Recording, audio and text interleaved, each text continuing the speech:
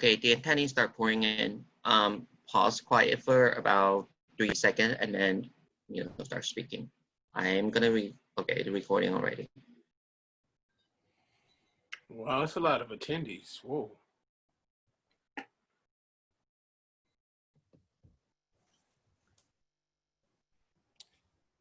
So I was told not to talk, everybody, but it's too awkward not to talk. So I'm just going to say nothing that's really important as we're waiting to get started. Thank you, everybody, for joining us. I'm super excited, actually, about this session. I've got my pens. I'm getting ready to take notes. Three academics and friends of mine who will be presenting. So it should be really cool.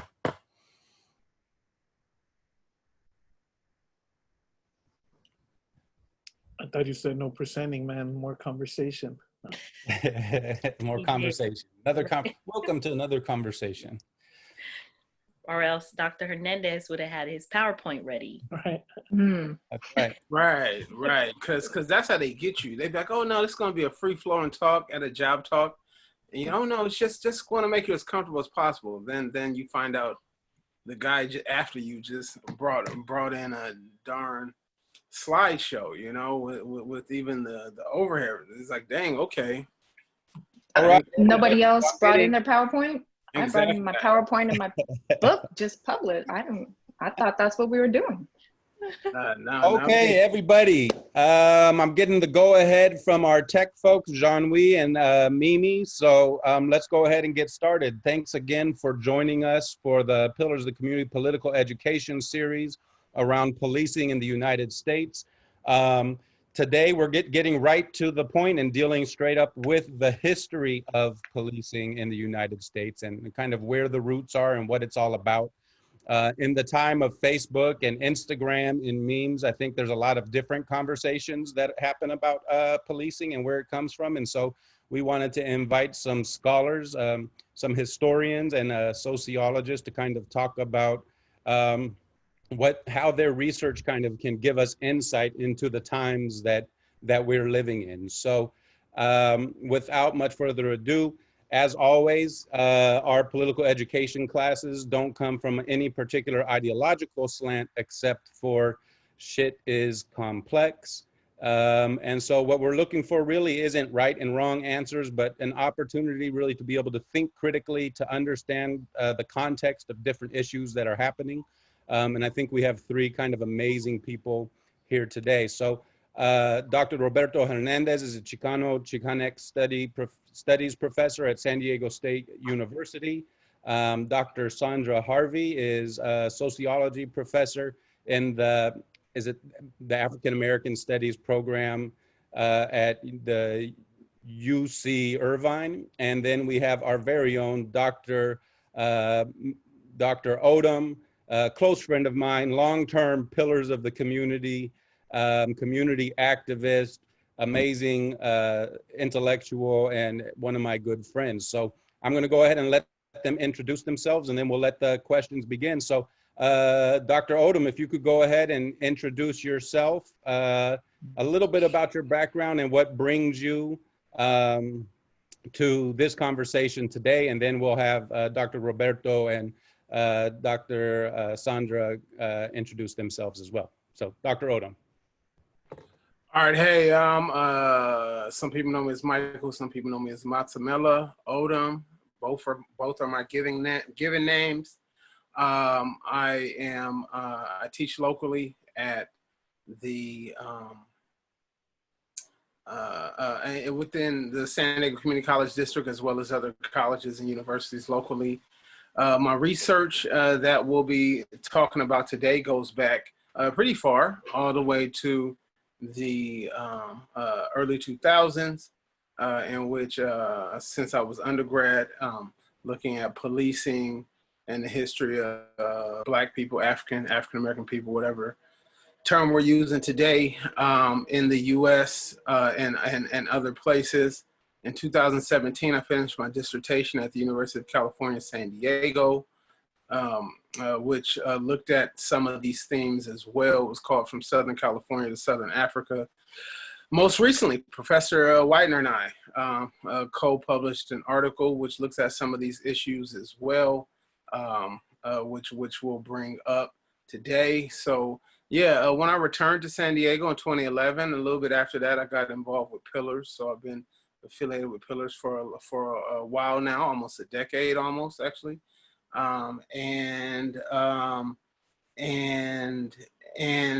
Lastly, I'm involved with the International People's Democratic Uhuru Movement, where I'm the head of a campaign called Africans Charged Genocide.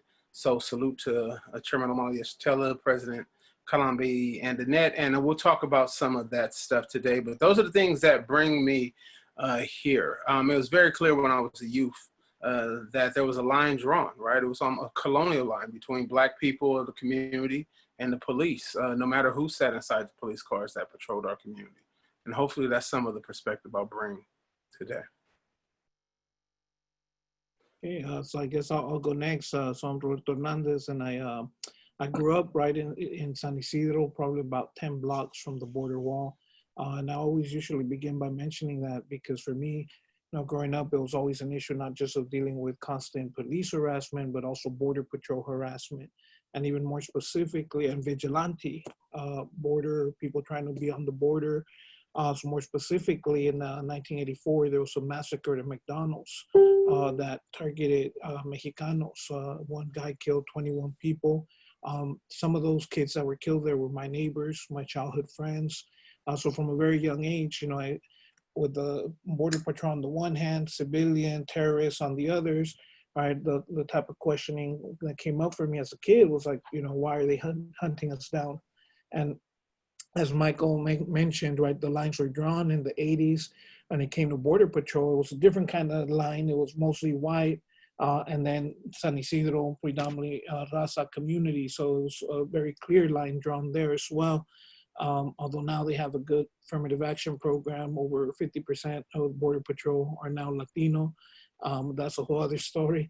But, out of that kind of line of questioning, then, I started thinking about not just police, but also border patrol as different forms of policing. And in many ways, it ultimately does link back to the similar colonial question that I was then able to kind of further a little bit in my own research about colonial and border violence. And then at some point, I was a visiting grad student in Santa Barbara, and I was in the Center for Black Studies Research brought in by Clyde Woods there, who I inherited a course that he used to teach called From Plantations to Prisons.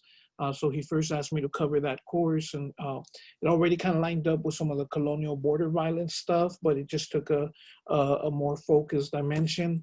And now at San Diego State, since Santa Barbara's on a quarter, it was 10 weeks. State is 16 weeks.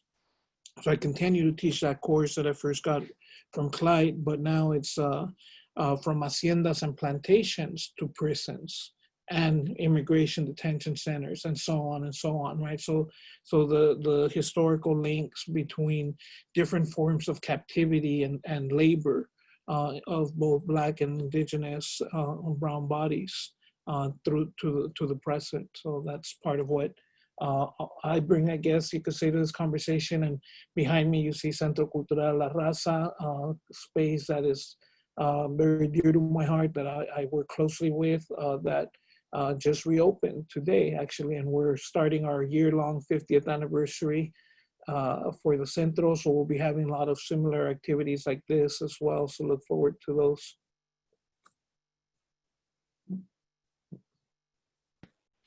Okay, thank you for that, and thanks for the invitation. My name is Sandra Harvey. I'm actually from Oakland, California, which one has to always say when one is from Oakland, land of Wheateen. I'm now currently in Irvine. I teach at UC Irvine in African American Studies. It's the land of the Hachiman and the Tongva people. So I just want to put that out at the beginning, because I think that when we're talking about the histories of policing, we're also talking about the histories of enslavement and settler colonialism and colonialism more broadly. And so that is sort of, the the sort of framework from which I am interested in looking at questions around policing and how it materializes in our life. I have a master's degree in sociology from the Universidad de Chile. So I spent about 5 years or so in Santiago before I came back to the United States. And so, you know, my general interest is in the question of policing, not solely from the perspective of sort of the state apparatus of policing, although that is incredibly important to me, but also the way in which policing occurs beyond the simple sort of official state apparatus. So one of the questions that I look at in my work is, what are the ways that we are doing the work of the state around surveillance and policing in our own lives, in our own homes, in our own communities, organizations, in the stories we tell ourselves about ourselves. So my research looks at questions of the surveillance of Blackness and Black people in the United States from the 17th century on. I'm not a historian, I'm a political theorist, so that means that I'm more drawn to sort of the big picture questions. And so I think it'll be a really good mix of talking about, you know, what has happened and talking about the sort of the effects of what has happened on who we think we are and where we think we are as well. So I'll just leave it very broadly like that. Fantastic. Thank all three of you for your introductions, and thank you all for being a part of our series. We want to talk a little bit, I think, to start about the history of policing in the United States, its racialization, and how that question of policing has become and became central to the life experiences of people of African descent in the New World in the United States. So Dr. Odom, Michael, if you want to begin us there, maybe with 7-10 minutes, just to give us an overview, set the stage for us about the relationship between race and policing in the long run. All right, yeah, thank you. And I'm happy that everyone here raised the colonial question because, you know, the colonial question is absolutely central to us to get to where we're going, because without the colonial question, you know, things like defund the police or police abolition don't really mean anything. They just become slogans that are used to usher in some larger form of say, reforms that eventually just lead to newer forms of abuse that at the end of the day are more palatable to American liberal public conscience and stuff like that. So I think that's why we have to do that. I mean, I think that sort of the colonial question is essential too, because it sort of gets us out of this mind of, say, cops and robbers, which we are generally stuck with when we think about policing, good guys, bad guys, or sometimes it takes a bad guy to catch a bad guy type stuff.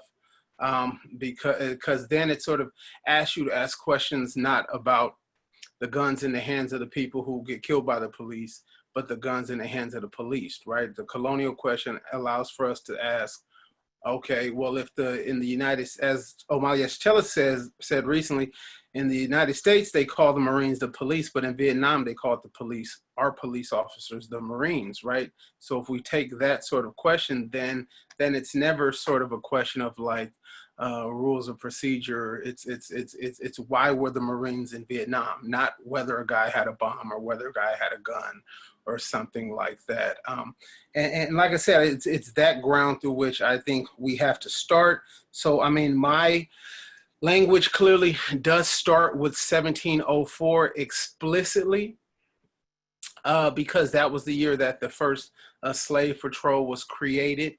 It was in response to a larger legalization or legal apparatus that was created around slavery in the Chesapeake region, as well as the Carolinas and stuff like that. It was an interesting point. It was sort of before some of the greater slave rebellions of the early 18th century, but it was in the same mode and the same period of the slave rebellions that was taking place throughout Latin America and the Caribbean at that time. And it's very clear that the people in the Carolinas and Virginia at that time were conscious of that. They were more conscious actually of the events taking place in the Caribbean than they would have been of events taking place in Massachusetts or something like that. I think sort of that little 13 colonies map make us think that like all the colonies were together. Well, it was a whole world of colonies, right? And it was a political and material connection. So the colonies of the sort of the southeastern seaboard were clearly connected to what was taking place in Latin America and Central America and in the Caribbean. And this was the moment of the Maroons. This was the moment of large-scale rebellion, and the people knew that they didn't want to that to happen here. One good document that's out there that sort of helps us understand this moment, but it's so sad that it's not understood as the important work of fiction that it is the Willie Lynch letter, right? The Willie Lynch letter is not a real letter, but if you take it as a piece of popular fiction, which lets us understand the early 18th century, then we can understand in this fictional letter, the Willie Lynch letter, a very real historical moment that's happening in which this sort of policing apparatus is being created in what is now the US. But, you know, shout out to Roberto, it didn't come out of nowhere, right? I mean, we can go all the way back to what's called the New Laws of the Spanish Empire, I want to say the 1550s, which is dictating, you know, how Indians, how Africans can be treated and things like that. So hopefully, I know Roberto is going to talk a little bit more about that, but I did want to begin with that moment because I remember even when I first started teaching and even activism, you know, we'd say like, you know, the police are the slave catchers, the police are the slave catchers. And then, but like, you know, even in my mind, I'd be like, yeah, that's a real good analogy. Until I hit the point where I'm like, oh shit, like the police really are the slave catchers. Like, it's not really it's you guys that are listening, you got to understand this is not like really, it's not hyperbole, right? It's not metaphor. In 1704, you get the very first police, the very first slave catchers. The slave catchers, they have oaths that they take. It's a civic pride. It's a civic duty. The other thing we have to understand about the police, and this is long before the actual police, but the slave catchers, is that it's a way, slave catching becomes a way through which the white working class finds unity with the white upper class, right? So so the policing first of enslaved Africans, and then as we begin to see populations of free blacks grow, free quote unquote blacks grow in the northern cities, that's when we're going to see the creation of the police departments in the north. It's not just about white workers in the north and black workers in the south. It's not until the 1830s that we see the first police departments in Boston, New York, Philadelphia. Those are the largest police departments. Those are the largest places in which you got black populations at that time in the north. And then white workers, as David Rediker and others have already said, are embracing police work as a way to gain some distance between them and Africans. So we see policing at every single moment that colonialism and capitalism's relationship to the African working class is shifting. We see policing shifting in the history of the U.S. And internationally. So another historian we can look to is Khalil Gibran Muhammad's book, The Condemnation of Blackness, which allows us to understand then that, say, the next big shift in policing is going to take place during the Great Migration. And then after that, we can think about, say, the vagrancy laws and stuff like that, which is policing people in the 1930s. Well, from the slave period, but then we think about the Scottsboro case. The Scottsboro case isn't just about, you know, this idea of rape. It's also about this idea of black vagrancy and mobility. So the police are an institution that's going to be used to police and to stop Black mobility, socially Black physical mobility, exactly, but also social mobility at this time as well. So in that sense, we understand the police as a form of physical mobility. There's three dates I would give you. Then 1704, that's creation of the first slave patrol. 1838, that's the creation of the first police department. In 1924 is the creation of the border patrol. I know that's going to be said, but Kelly Lido Hernandez in her book Migra writes, there is, in other words, no quote unquote beyond Black and white in the story of U.S. immigration control.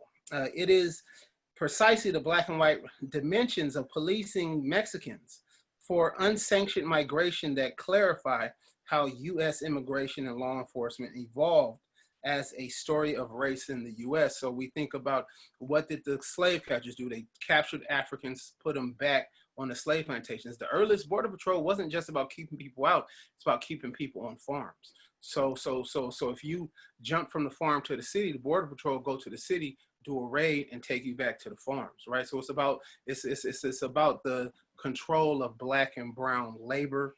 And then, to the present. I've been talking, it's pretty much my time, so I'll just jump all the way to the present and say, well, many of the issues that we have right now have to do with sort of the lack of the way in which people understand police reforms. In the 1970s, the weapons, there's a guy named Michael Zinzin. He did a lot of research on this in LA. Zinzin really, as an activist, understood that sort of the use of the weapons was telling a story of policing and stuff like that. And just go back to the movies. In the 1970s, it was a pistol, which was a revolver, and a stick, right? So that's when the concern was of the chokeholds and things like that, and the accidental shootings. But we get these reforms. The reforms is sort of non-lethal weapons, and you see all of them on the belts. But even with all of these quote unquote non-lethal weapons that were part of the reforms that people were pushing, the police murders go up. Right. So I think that's a part of another thing. And last thing I'll say is there's the direct connection between the guns on the streets and the guns that the police use. That's why, because people always say, well, why do they have guns? Because the police have guns. That's why they have guns, because the police have guns. So that's it. Thank you, Dr. Odom.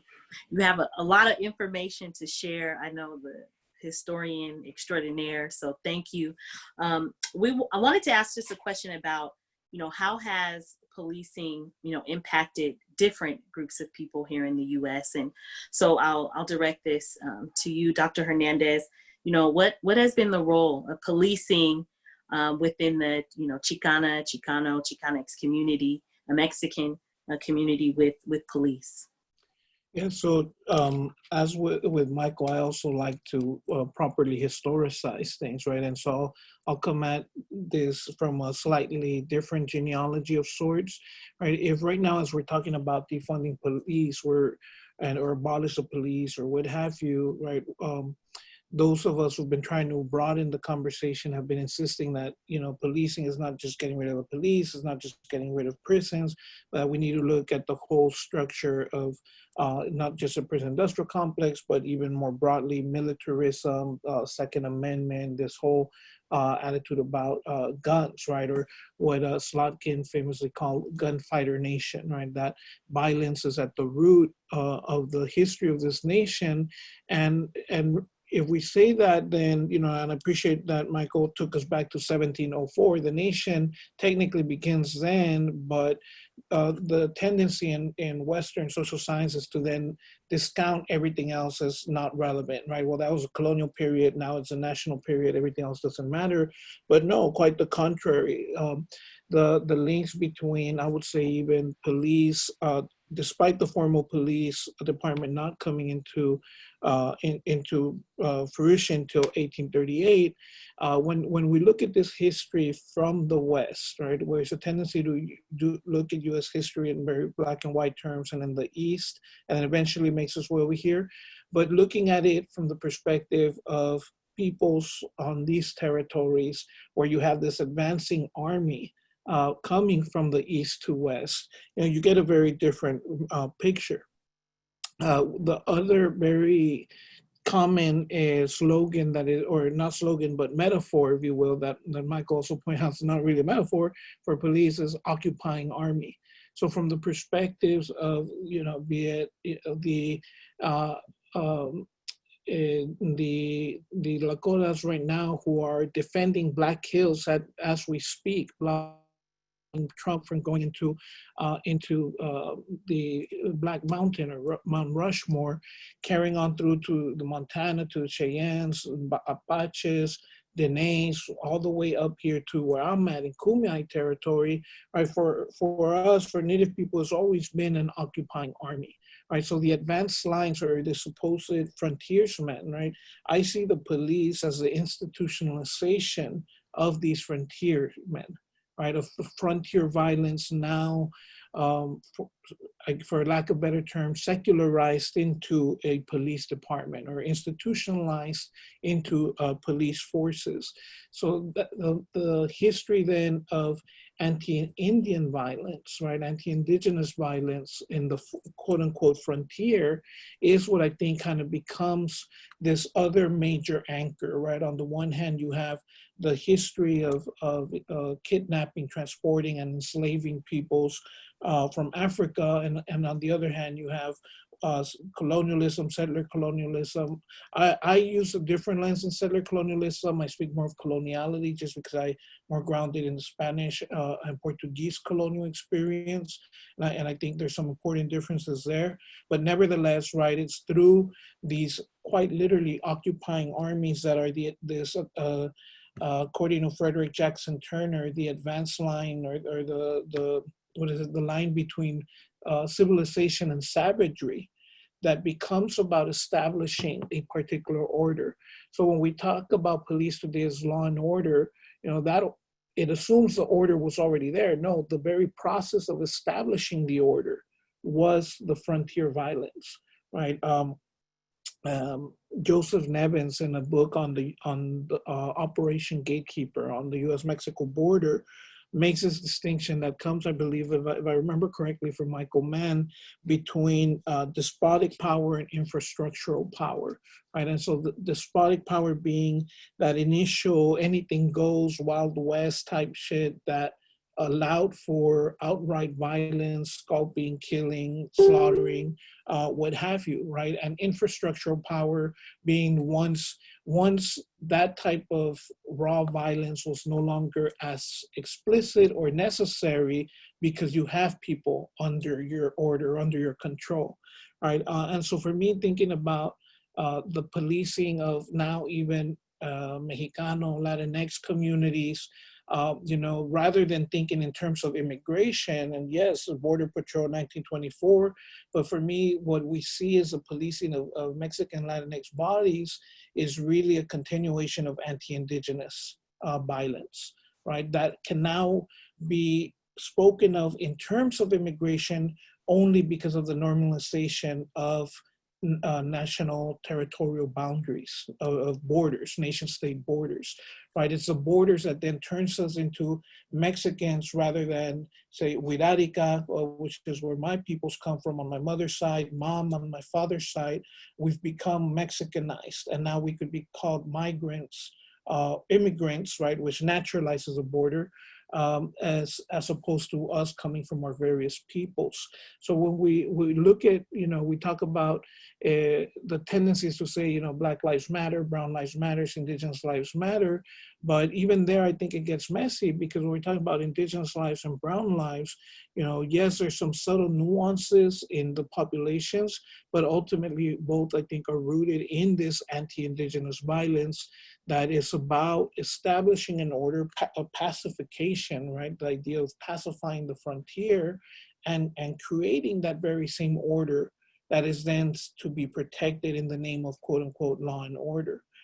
So even, you know, now forwarding more into this last century, if you will, Border Patrol definitely a big part of formalizing violence and shifting the lens to no longer think of us as Indian, but as migrants, right? Which adds yet another layer of obfuscation to the whole thing. And allows for us to then, you know, talk about, say, the rights of US citizens. Well, what about those that are non-citizens? What about undocumented? Because of the border, we already even like lessen our lens to just think of very specific peoples with already categories that are themselves relatively recent. But that nevertheless, that violence goes back further, which for me is part of, you know, to mention Brother Huey P. Newton, right? Part of why the Panthers would say you got to shoot that pig in your head. And the pig in your head is not just, and I can't wait to hear Dr. Harvey on you know, how we police each other, right? But the pig in your head is not just that, but it's also, you know, the pig in your head that tells you that that border matters. That tells you that, you know, those on the other side of the border are different people, right? I mean, to me, I refer to it more as an epistemic and cartographic prison of modernity coloniality that naturalizes these different national identities and then legitimizes, you know, different forms of violence from there. But as early as 1972, I do want to mention, just to close out this part, a book by Armando Morales called Ando Sangrando, which translates to I Am Bleeding. And this was 1972, a study of police violence in Mexican-American communities. But again, if we just think in terms of Mexican-American or Latinx, we're already doing a disservice even to ourselves because we're naturalizing those borders and we're losing sight that this is that other anchor of anti-indigenous violence that alongside anti-Black violence has always been at the root of this nation. That's really fantastic and helpful Yeah. addendum and broadening and additionality to what I think Michael said. And we're starting to see folks, some of these points y'all are raising resonating with folks. I do want to use that dual kind of opportunity to offer a dual segue as we asked Dr. Harvey to give her thoughts, both because, Roberto, you mentioned this issue of the conquest and the genocide and the repression of indigenous people and the erasure of indigeneity as the basis for understanding belonging here, and the kind of moment from which other things flow. And I know that's an area of Dr. Harvey's expertise, but also you mentioned, as Huey said, the pig inside. And I think that this question of surveillance is such a fascinating one. Right before the call began, I saw an email that said, you know, all of a sudden now on your iPhone, unbeknownst to you, you can sign up to be tracked in case you've been exposed to someone who's COVID positive. So there seems to be a capacity for us to be surveilled, really even knowing, I suppose. So I don't know if either of those are places that you want to touch on, Dr. Harvey, but we'll pass to you to give us a little bit of a sense of how the process of surveillance, monitoring, watching fits into the larger piece of the whole. Yeah, so much has been said, and I think that when we pull up the idea of surveillance, we can sort of start to see the ways that policing happens, not just at the police station or from the police car, but from the pig in your head. What is the separation, or where is the line between where the police ends and the people starts? And I think that line has been constructed in such a way through, you know, various sort of colonial contexts that creates what we understand the people to actually mean, right? And that changes. But I think that what we assume Black to be, or what we assume Blackness to be, and what we assume Indigenous to be, or what we assume indigeneity to be, are really core sort of narratives that feed into all of our sort of fantasies of what the people actually means. So to give an example, you know, from the 17th century, as you know, European colonial forces are starting off, you know, their project in the so-called New World, and taking the example of Virginia colony, we have a call from the very beginning from colonizers to participate in the surveillance of what they have distinguished in any way to be understood as a threat to property. And in that call to defend and surveil against the threat to property, the idea of property itself comes into play. And then who can own property comes into play. And these are really key ideas for what we understand the people to mean. So for example, at 1640s, we have the very first pass laws, right? And pass laws are important sort of regimens of surveillance that we can see in most Anglo-colonial societies, from what is currently known as the United States to South Africa to Canada to Rhodesia before it became Zimbabwe, right?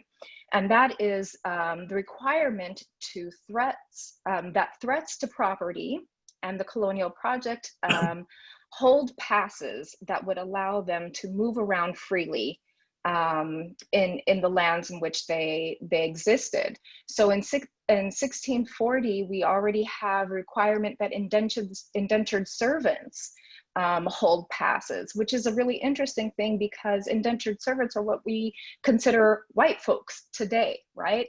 And so why is it that we start with this? And partly it's because we have a propertied class of people who are holding the rights to the debt of the indentured servants as they have come into the so-called New World and Virginia colony.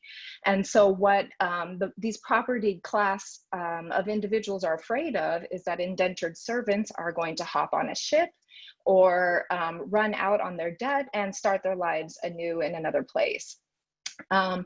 Soon after that, a couple of years after that, we have a law for Native peoples in this area to hold passes to regulate the movement of Native peoples on their own land, so that they are not allowed to cross into plantations or other sort of colonial private property in order to do their hunting, their trading, or even their mixing with other colonized subjects, such as the captive Africans who are present in colonial Virginia as well.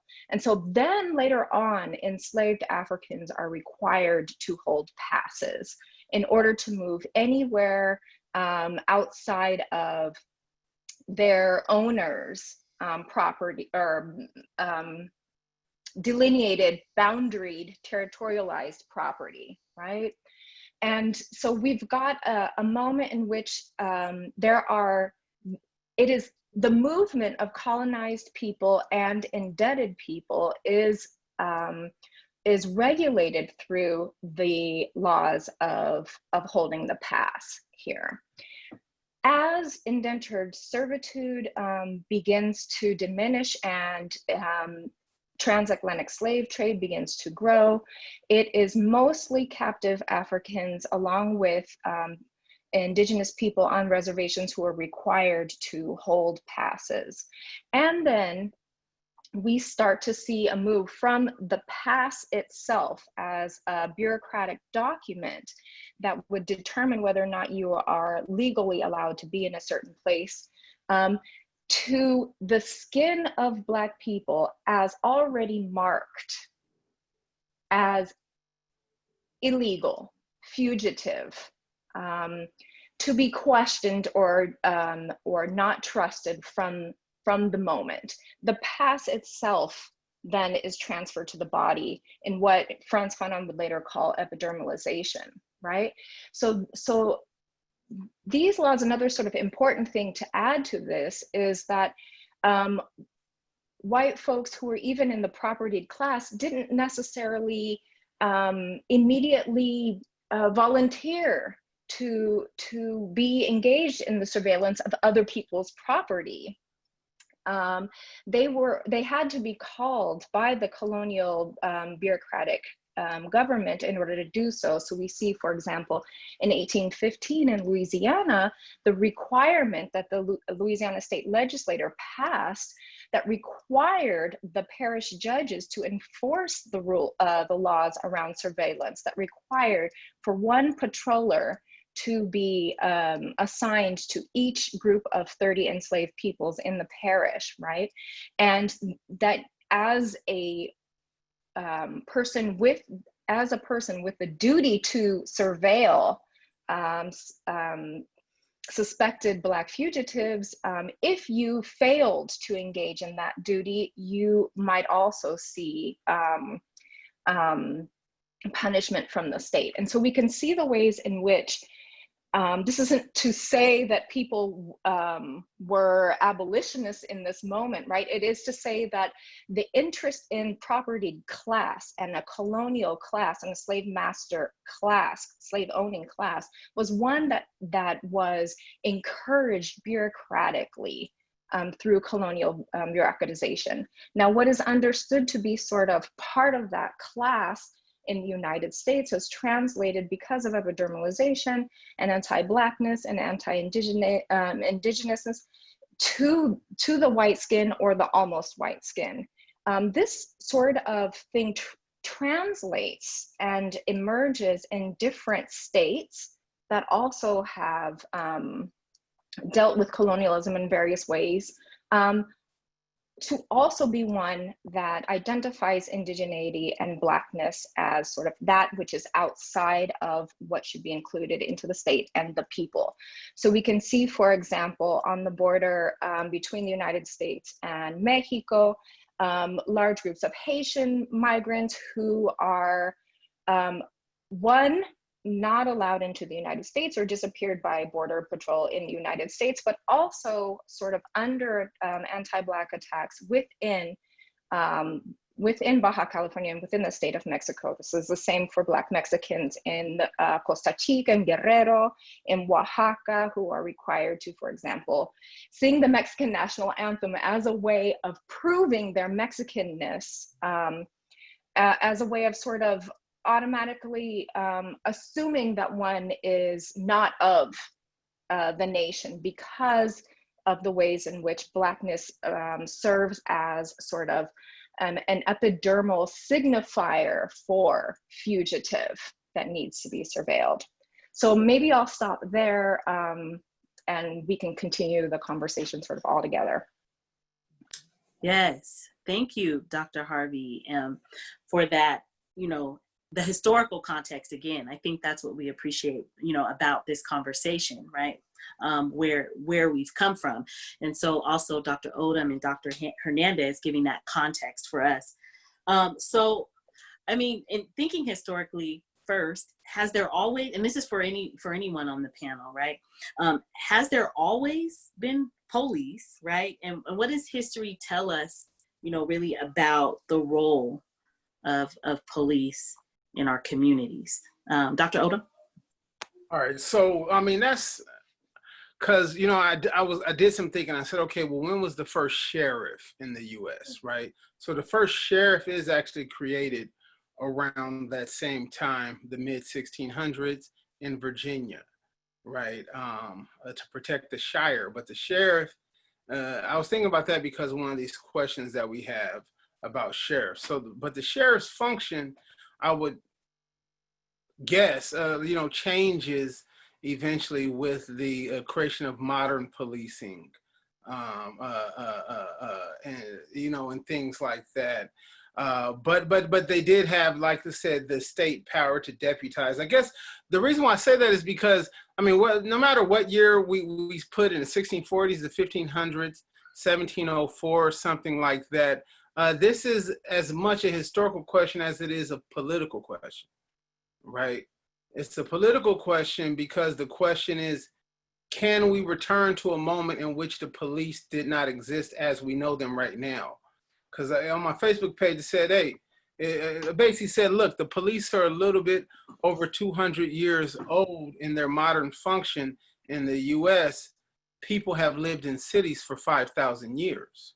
So then people want to be like, well, actually, what about the vigiles in ancient Rome? But I don't live in no effing ancient Rome. I live in the United States where the police are a little over 200 years old, right? So like I said, it's a political question in the sense that, you know, can we return? Like what are we struggling for? And a grander political economic question, because, you know, instead of just sort of being some, you know, History Channel episode, the question is, what's the relationship of parasitic capitalistic colonialism with the working class, non-white working class? That's the premier question, right?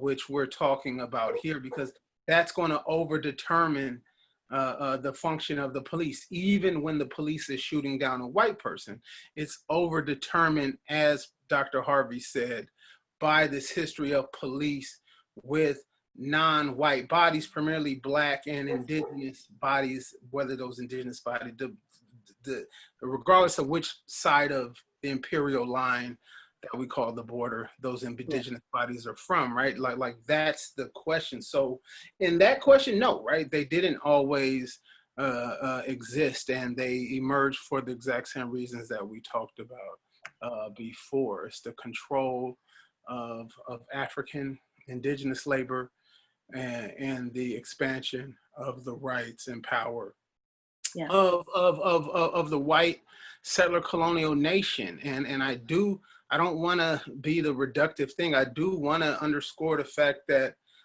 there's a different relationship with capitalism that non-white working class people have than the white working class, right?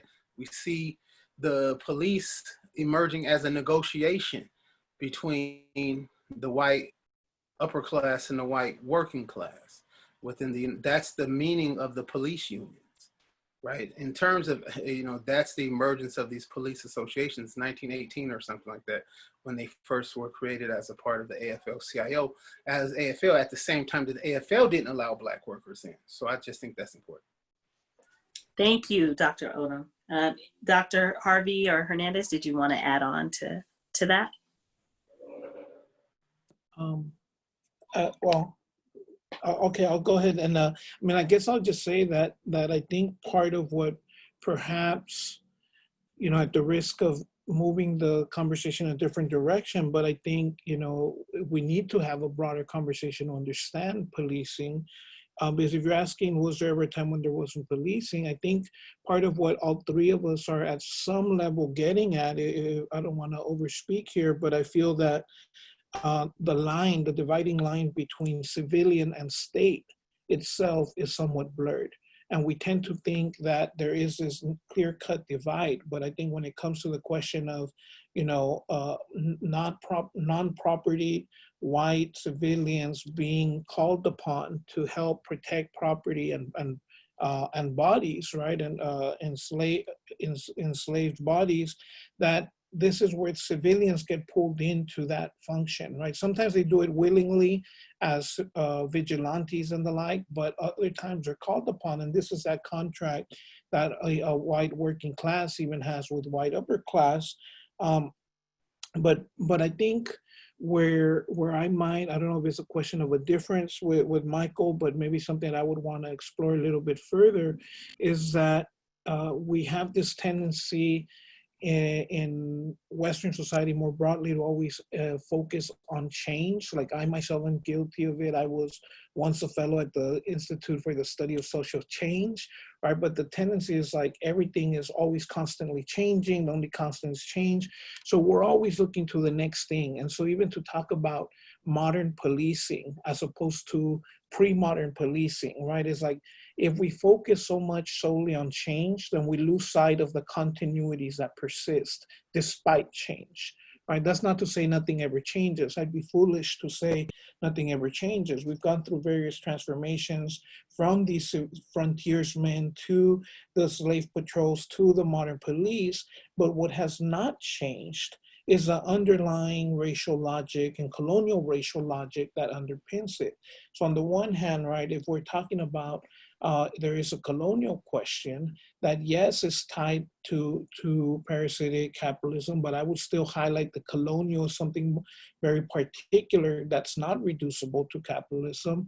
Then what we see despite these transformations is that racial colonial logic that continues to inform the various permutations of these policing forces, whatever we want to call them, be they prison guards now, border patrol.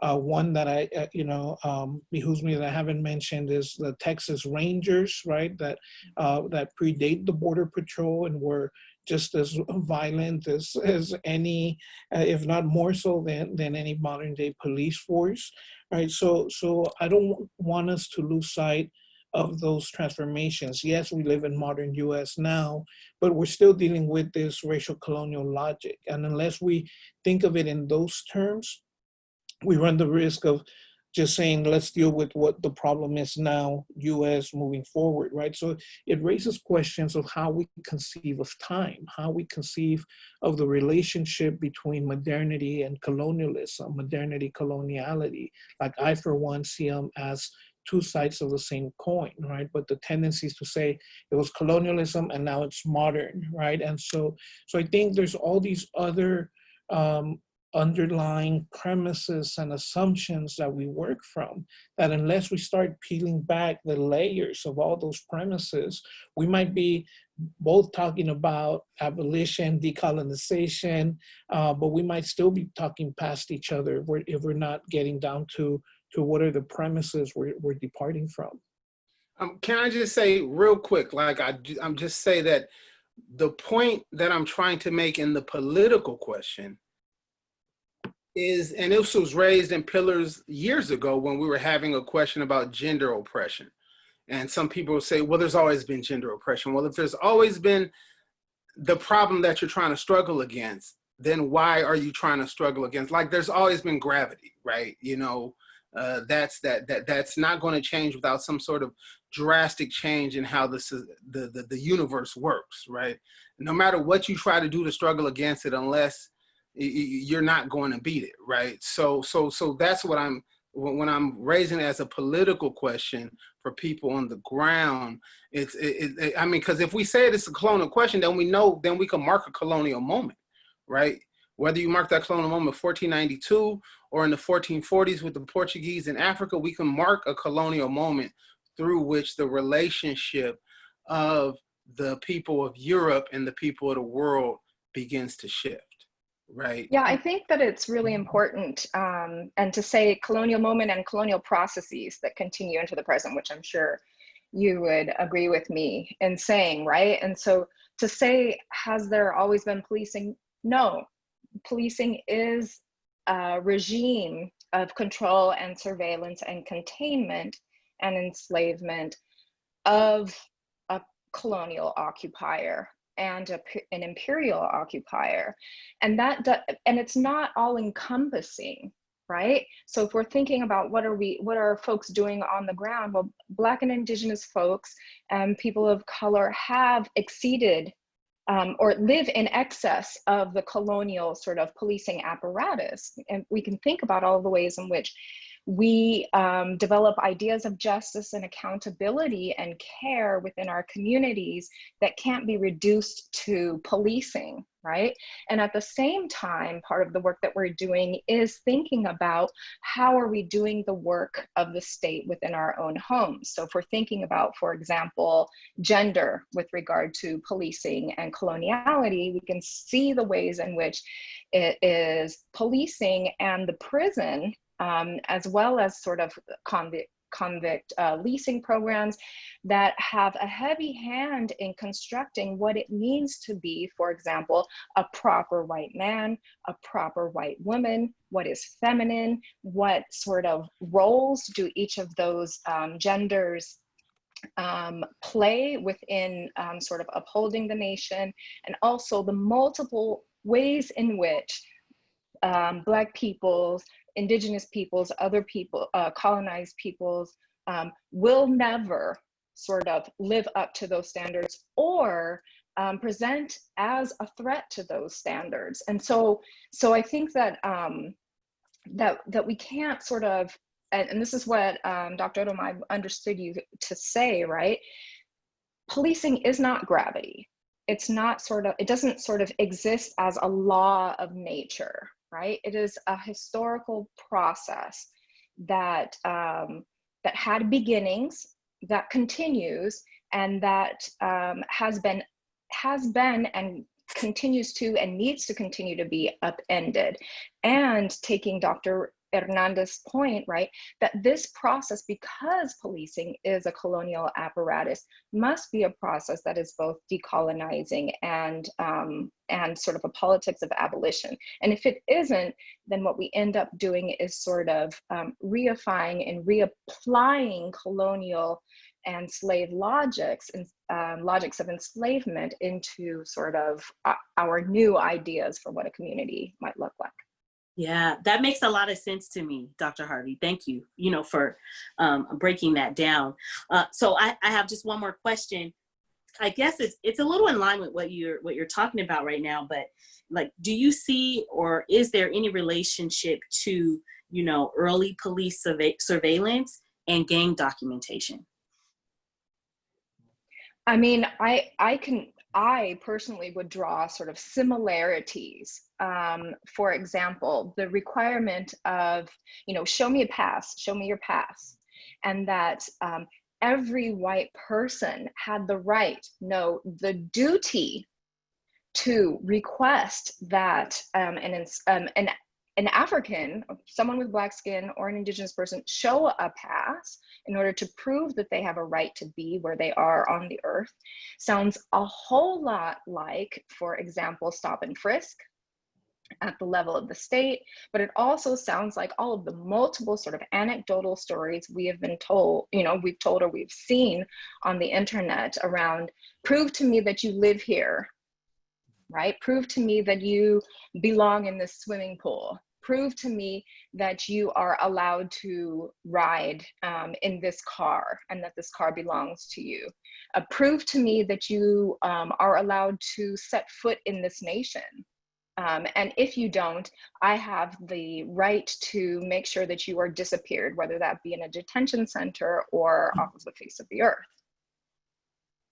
Oh yeah, thank you. I'm listening and I'm hearing a lot of parallels between a lot of these videos we're seeing about quote unquote Karens out there also, right, policing. And George Zimmerman's. Zimmerman. Yes. I was thinking Zimmerman. Yeah. Right. Yeah. I mean, it's one. Absolutely. Did you want to jump in on that, Roberto, before I give a comment? Yeah. I'll just say one thing that, I mean, I think all of what we've been discussing perhaps necessitates a shifting of a question, and in the sense that, we go to the famous slogan, police are here to protect and serve. Well, I'm sorry, they're not here to protect and serve us. We know that for a fact. History tells us that dark bodies, Black, brown, Indigenous bodies have always been targets or prey or hunted, quite literally, right? So what then does it mean to be hunted? What then does it mean to be prey? What then does it mean to be active targets? And if that, again, not that it's like gravity, I think it is historical, but that's what I mean by the underlying colonial logic. If that is the logic that carries through despite the transformations in the forms of policing, then, you know, we need to be asking different types of questions in terms of us, you know, not just police reform or even defunding, but rather what does it mean to be prey? What does it mean to be hunted, right? And if we recognize that that is in fact the current presiding order, then what are we going to do about that? I really like that question. I mean, it really gets at what Pillars it does and what Pillars was founded to do. I think that's important. I'd also direct people to go to what's called Black is Back Coalition website. Look up Principle, I want to say 3, which is on Black community control of police, which gives a very solid definition of I think, a Black radical, Black progressive position on a way to sort of reversing the relationship between the African community and the police. It's important to note that it's a sort of, so I think this idea of I think Roberto was talking about an occupying army, which is exactly correct, right?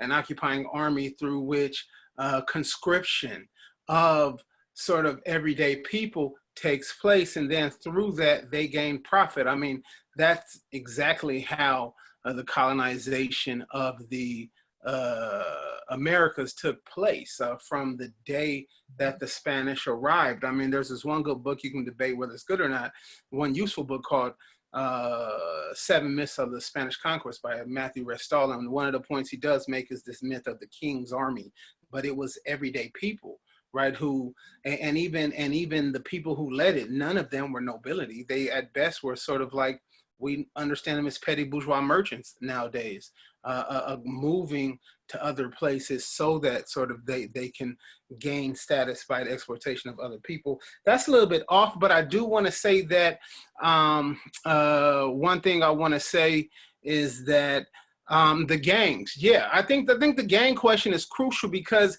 it then changes this question of legality, people to exist, and justice, right? So it shifts. If in the colonial question we see the police as occupying armies, right? The gang question then flips it, and then sort of the gangs become the sort of bad guys, and the police become the necessary forces and stuff like that. And if you look at that question, that logic that informs policing in our neighborhoods, you know, it goes all the way back to sort of, the creation of the slave patrols to stop, roving bands of Africans or Maroons or whoever else is indigenous people living on the outside of colonial law or something like that. So I think that that is central because, Frantz Fanon's been brought up again, but, if we understand then gangs as people if we take a Black radical understanding of what gangs are, which is workers, African workers living outside of the relationship, the normal relationship that the ruling class have with the African working class, the Panthers understood that, Fanon understood that, other activists understand that.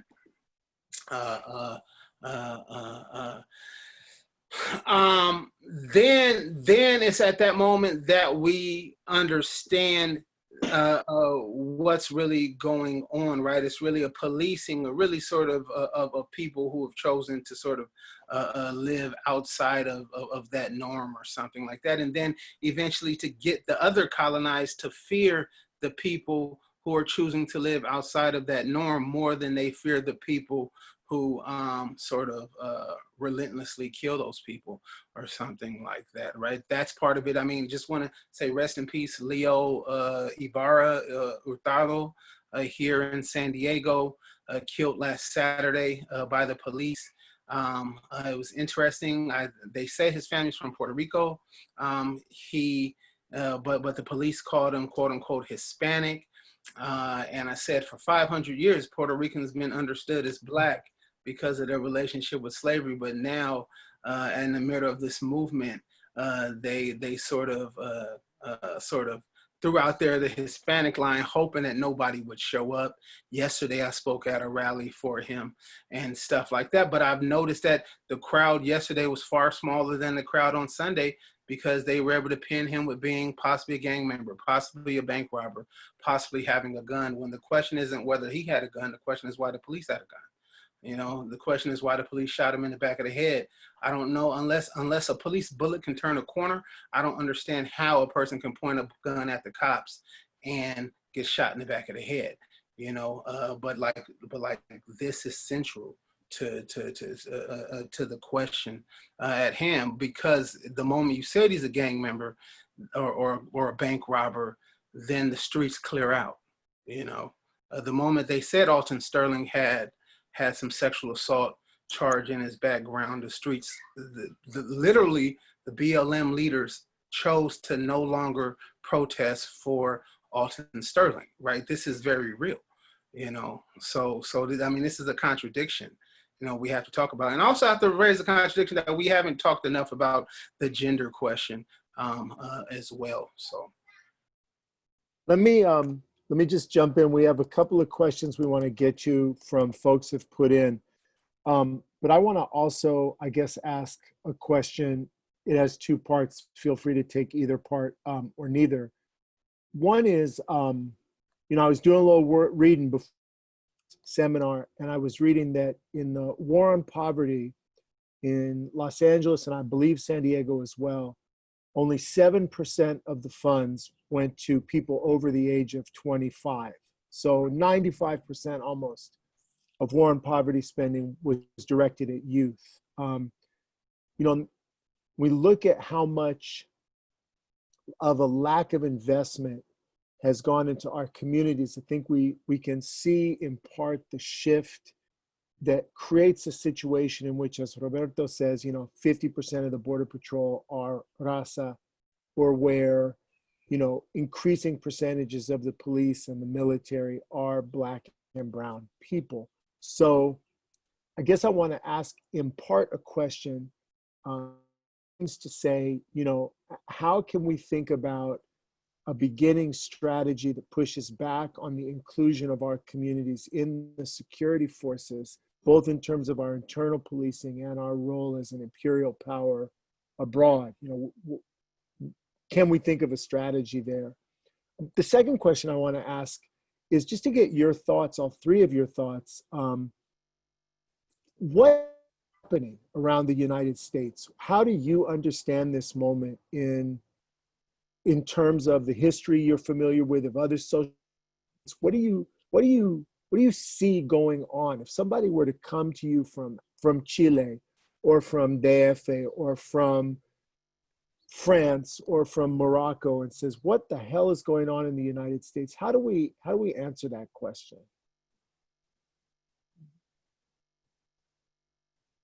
Well, I'll take that second question first, just to get us started, not as a well-formed thought, but just to say that they are coming to us, and you know, a lot of folks know exactly what is happening, and they're finding parallels and building sort of transnational movements, particularly around Black Lives Matter, Las Vidas Negras Importan, you know, what is going on in Brazil and what is going on in the United States with regard to both COVID-19 and the brutality of the state with regard to policing and surveillance.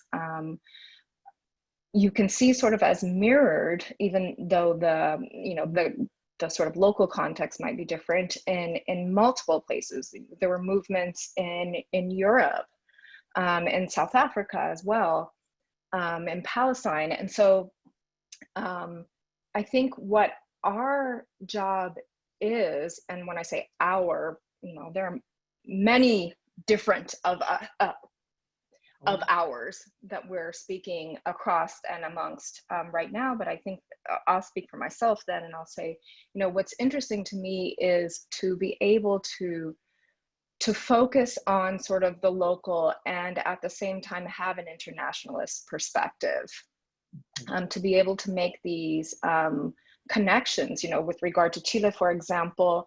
You know, Michelle Bachelet declared certain Mapuche, indigenous people in the south of Chile, fighters who were, you know, engaged in their own sovereign struggles. They were declared terrorists using the language of US sort of imperial foreign policy around the war on terror. I mean, this is a socialist so-called government that's doing so. So I think that there are multiple ways that we need to pick up on the solidarity that's being shown us, and to engage in sort of internationalist as well as local struggles. Thank you. I think we'll take some, like Danny said, we'll take some questions from the Q&A there.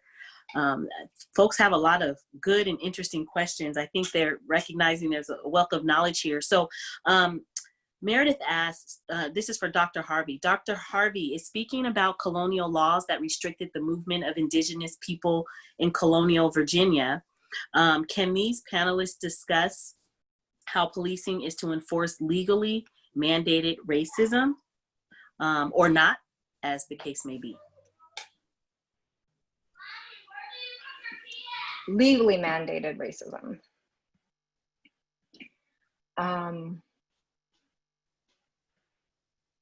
Well, I think, you know, there's far little that's not legal about racism these days. So we can think, I mean, I'm not sure that I'm getting at this question, but, you know, I would think about things like, you know, from Plessy versus Ferguson to stop and frisk, right? As really important sort of legal moments that in which policing and surveillance was used, and it continues to be used to sort of maintain racialized spaces, right? That signify how one belongs sort of to the nation, right? And whether one sort of has the right to be present. So I'm not sure if I'm getting at the question. I don't know if folks want to add to that, and maybe I'll come back. And I may have asked, people need to fit in, like inclusion. Yeah. Well, Dr. Harvey, I think I may have asked the wrong question. I see another question on, Meredith had two questions, but I'm not sure.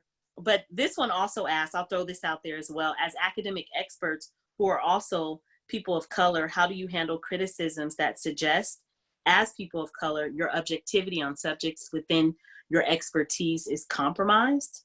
And thank you for giving this great webinar. Maybe that's a question too. I make no pretensions to objectivity. I think it's a false construction to even suggest there's such a thing as objectivity versus, say, presumed bias. I mean, everyone speaks from a very specific place, and we are the only ones that actually acknowledge and make no pretensions otherwise. And it's the false pretension to objectivity of historically white scholars in predominantly white institutions that is really the problem, right? And I think it gets, I mean, if I may for a second, it gets to a broader problem, which is, you know, many from the Mamos in Colombia to many other native peoples here in the U.S. have long spoken about the world is turned on its head. Colonialism is a world turned on its head. It's the world turned upside down. Is what allows for gang members to be seen as bad and cops seen as peace officers, right? It's like we have completely inverted definitions. So when we as POC scholars get these questions around, well, are you just maybe a little bit biased because you're POC? Well, it's like, damn, hell yeah, I'm biased. I mean, you know, who isn't? Like, you know, it's a false sense that one can actually be objective. That is itself part and parcel of this world turned on its head, you know. And then it even gets to the very same questions that Danny asked earlier about, like, why are all these folks of color joining the cops, joining the military? I mean, I think until we provide a different alternative to them, to be able to get them invested in community, invested in, you know, whether as Dr. Odom was talking about the lumpen as people outside the system. I mean, to me, this is where the lessons around,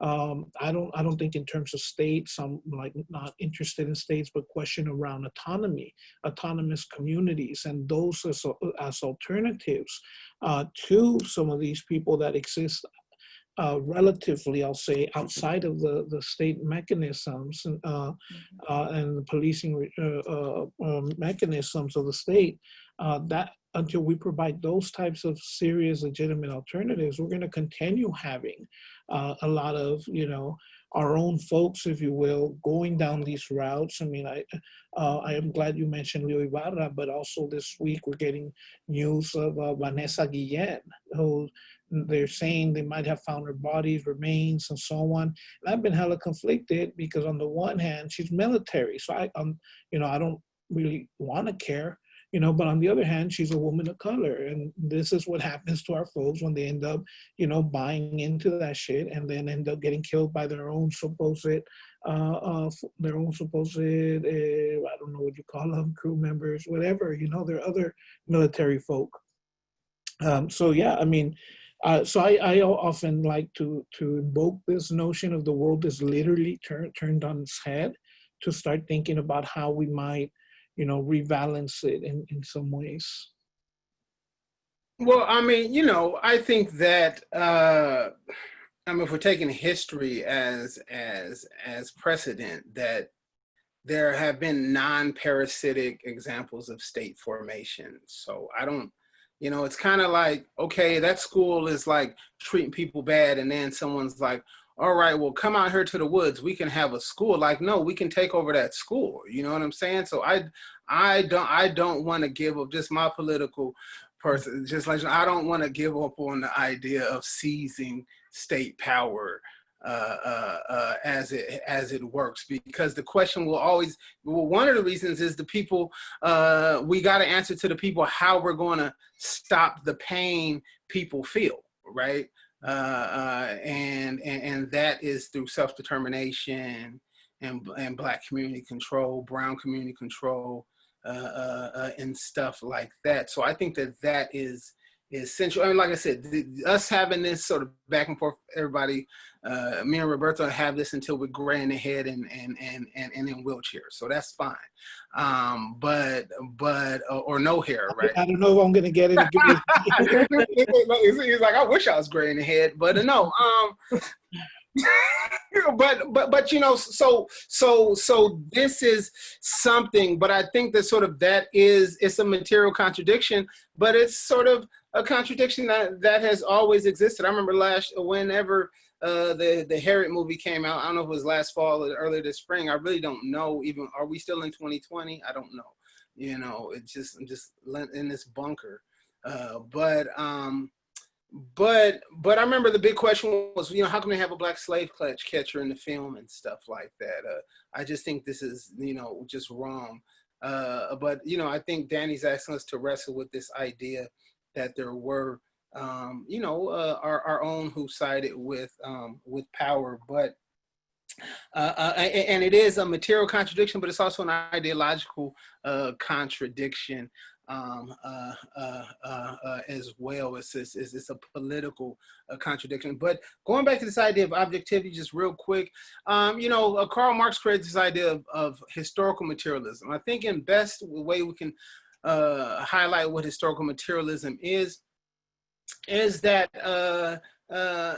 like class conflict is the engine for change throughout society. I am one who wholeheartedly believes that even the bourgeoisie believe that sort of class conflict is the engine of change. They just want their class to win, right?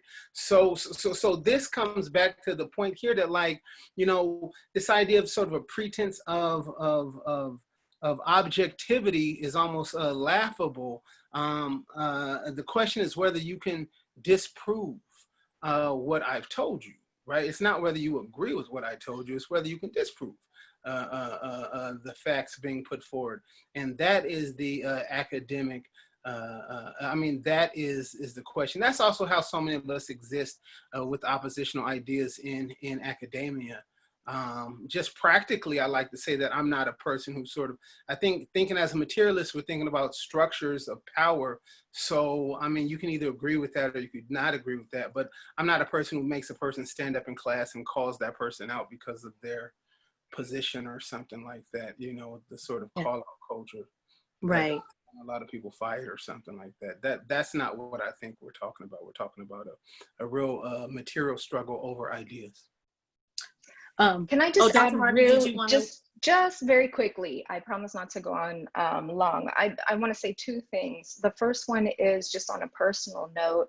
You know, I gave up on objectivity in 1992 when, you know, everybody saw the video of Rodney King getting beat up, and the jury decided that that what we could see with our own eyes didn't really happen, right? So there's a lot of gaslighting that happens with regards to white supremacist, anti-Black heteronormativity. And I think that we just need to call it out, right? That what happens a lot with regards to arguing over, you know, what is true and what isn't, it, you know, happens within the framework of gaslighting. The second thing, though, I will say is if you are interested, Du Bois in Black Reconstruction, I think in the last chapter on history, has time for a bunch of white historians. And Du Bois is, you know, son of enlightenment, and he believes in objective truth with a capital T. And the way that he writes that chapter, and, you know, which ends up sort of an indictment on white historians in the United States, sort of complete booklet of lies that they tell about Black people during enslavement and after, I think, is a really excellent sort of example to follow if you have time to engage the trolls around objectivity. Thank you, Dr. Harvey. I did have a question also for you, Dr. Harvey. What are some of the lessons or the takeaways from, you know, what's happening in this current moment, and you know, what's been the role of policing in history? Like, what would you like folks to walk away with, either knowing or understanding about the current moment that we're in? Well, I guess I would say two things. One is that the health of Black folks is related to policing, right? So if we ask the question of why are there so many people out on the streets in the middle of a global pandemic, we can see the way in which people understand Black life and Black death as an everyday question, whether that be because of anti-Blackness and racism more broadly within the medical industry, within sort of industries of knowledge production, and also surveillance and policing. So I think that a lot of work has been done, but needs to be done in thinking about those two things as connected. You know, of racism, this is Ruthie Gilmore that says that racism is sort of defined by what are the exact terms that she used? Somebody help me here. Group differentiated vulnerability to premature death. Premature death. Thank you, Roberto. If I can. Page 28 of Golden Gulag. Yeah.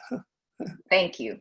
So that's the first one, and the second one I would say, you know, to walk away with is a curiosity and an interest in what abolition is as a movement, right? And you know, I'll repeat what I heard Angela Davis say on Democracy Now, you know, a few days ago, which is that abolition isn't about, you know, simply dismantling, but about building up.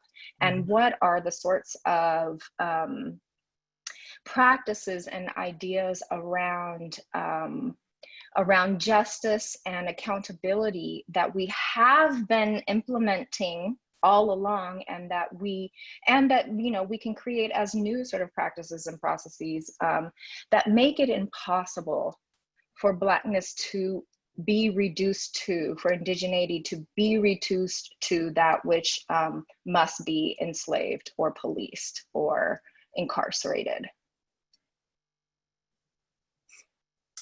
Thank you. And we have, I'd like to hear kind of that same question answered from Dr. Roberto and Dr. Odom. Also, if you could talk a little bit about what what insight can we take from history for the times that we're living in now? Yeah, I mean, I'll just try to be brief and say that we have to keep the police guessing, right? And what I mean by that is that they're always going to try to be one step ahead through surveillance and otherwise. But from the most simplest things to protest on the streets, just one quick example.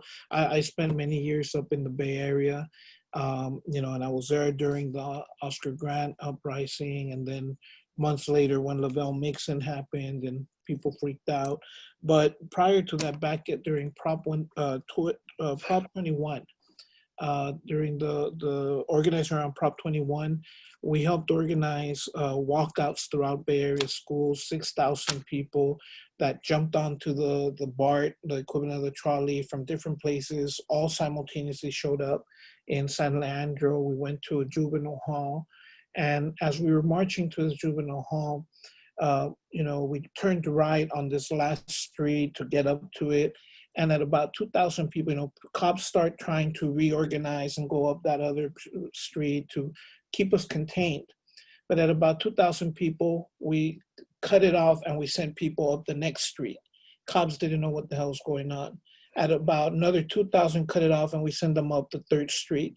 And so in that sense, even though they're trying to keep us contained and prevent us from getting to the juvenile hall, we managed to outmaneuver the police and show up from 3 blocks simultaneously and completely engulf and surround this juvenile hall. So that's a very practical example, but from the more immediate on the street tactics to thinking in broader, both theoretical and political terms, what then does it mean to keep the police guessing, right? What does it mean to evade the logics under which they want us to or presume us to respond with, right? And so to always keep them guessing. And not be predictable, right? It's creativity ultimately, right? It's when we talk about abolition, it's also building and I was saying earlier, constructing different alternatives. There is definitely a creative element, a creative force to that we need to not lose sight of. All right, so from the past, Danny has shared me stories about when he went to Ireland, Northern Ireland, I think it was. Chairman O'Malley Yeshtel, I heard him recently talk about when he went to Ireland as well, and said the thing that really struck him was that he saw white people living in the exact same conditions that Black people were living in. Now what some people in academia will say to make that fit into this sort of question of racism is that they were a racialized subject, but even they would say we're the only colonized white people, right, in the world. So I really think that sort of my answer to that is raising the colonial question, right, as the central question to what we deal with and racism. So this will require us to take a step back. I do think, understand things that academia gave up on 30, 40 years ago, such as domestic colonization. I'm not really sure, just because people moved away from that theoretically doesn't mean that it was disproven, right? So domestic colonization, also the relationship between the base and the superstructure, right? With the material political base for what we're existing in being colonialism, and the superstructure for reinforcement of that being racism. But racism alone isn't going to sort of get rid of that colonial relationship. We see this, right? As in, you know, all the Redskins are not going to be the Redskins anymore. Aunt Jemima ain't on no syrup, right? But the colonial question says Aunt Jemima isn't on a syrup, but high fructose corn syrup is. Right, right. So that's the colonial question, which is going to really overturn our contradictions. And then lastly is internationalism, right? When we talk about Black Indigenous solidarity, that's internationalism. Black Palestinian solidarity is internationalism. Black white solidarity is internationalism. So it's got to be raising the colonial question, and the result of that is being being internationalist struggle to overturn that contradiction. And it's going to look messy. People ain't going to be perfect. I think this sort of, you know, that's what I really like about what everybody at Pillars always talks about. It's not going to be perfect, right? But I'll tell you this, there's comrades that we struggle with in San Diego for the last 7-8 years. I've struggled with that are better now than they were 7-8 years ago on a lot of these questions that we raise. I do think that the BLM moment or whatever has realized, even within that tendency, the need to move beyond some of the ways in which it was functioning for the last 6 years, which only, you know, dwindled the movement. Where are the leaders now? I mean, I think they're on vacation and working nonprofit jobs and cameos on MSNBC, but it's like the people are still in the streets struggling. So like, what's the rules of engagement? What's the rules of solidarity, the principles of unity through which we can struggle over so that we can create that new world? And in the meanwhile, have political education like this to make people better revolutionaries. So Well, yeah, well, thank you very much, all of you. Again, this is one of those conversations. This is one of those conversations that I'm, you know, I'm definitely going to be watching again and taking notes. One of the questions we had earlier was, is there a way that we can share some of the resources that were mentioned, some of the books, some of the articles, any kind of websites that that attendees can benefit from? So if you all could reach out and send, you know, whatever you think would be beneficial to put in that Google Doc, we'll be sending out a Google Doc to all of the attendees so that they can look at that. And I believe also we'll be sending out a recording of it, and attendees, it's possible to actually watch it after it's happened.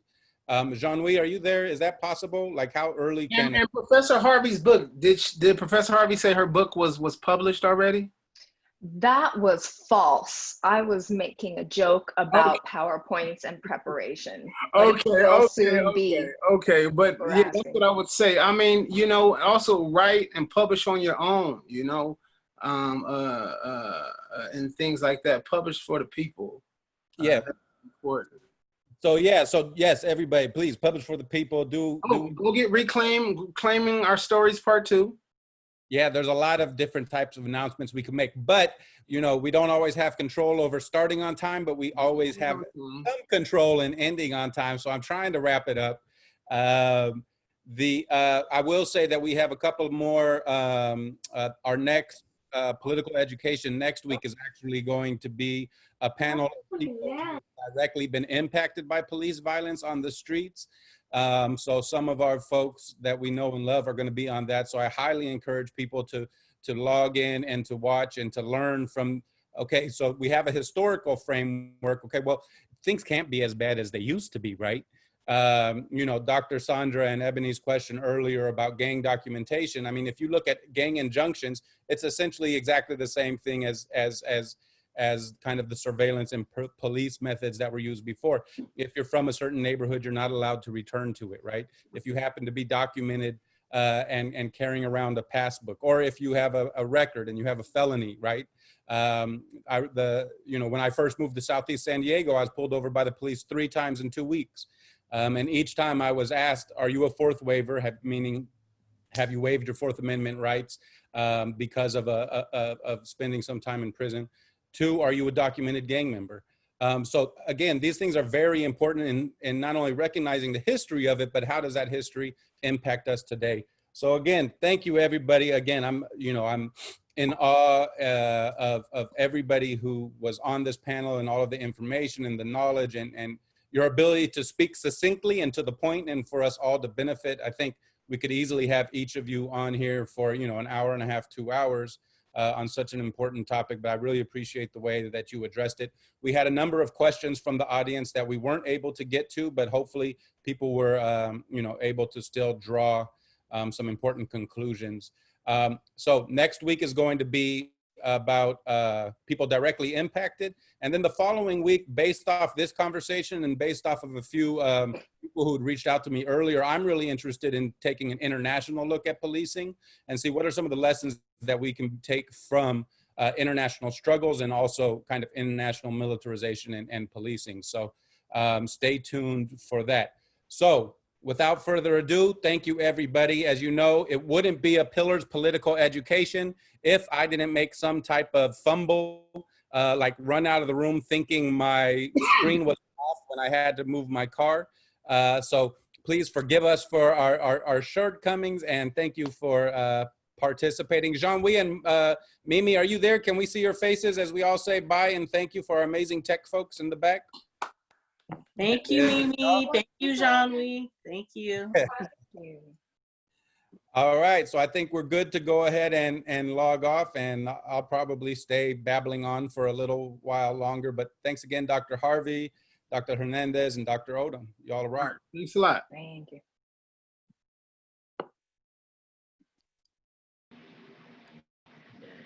Can I log on? No, you have to stay here. Yeah, you can.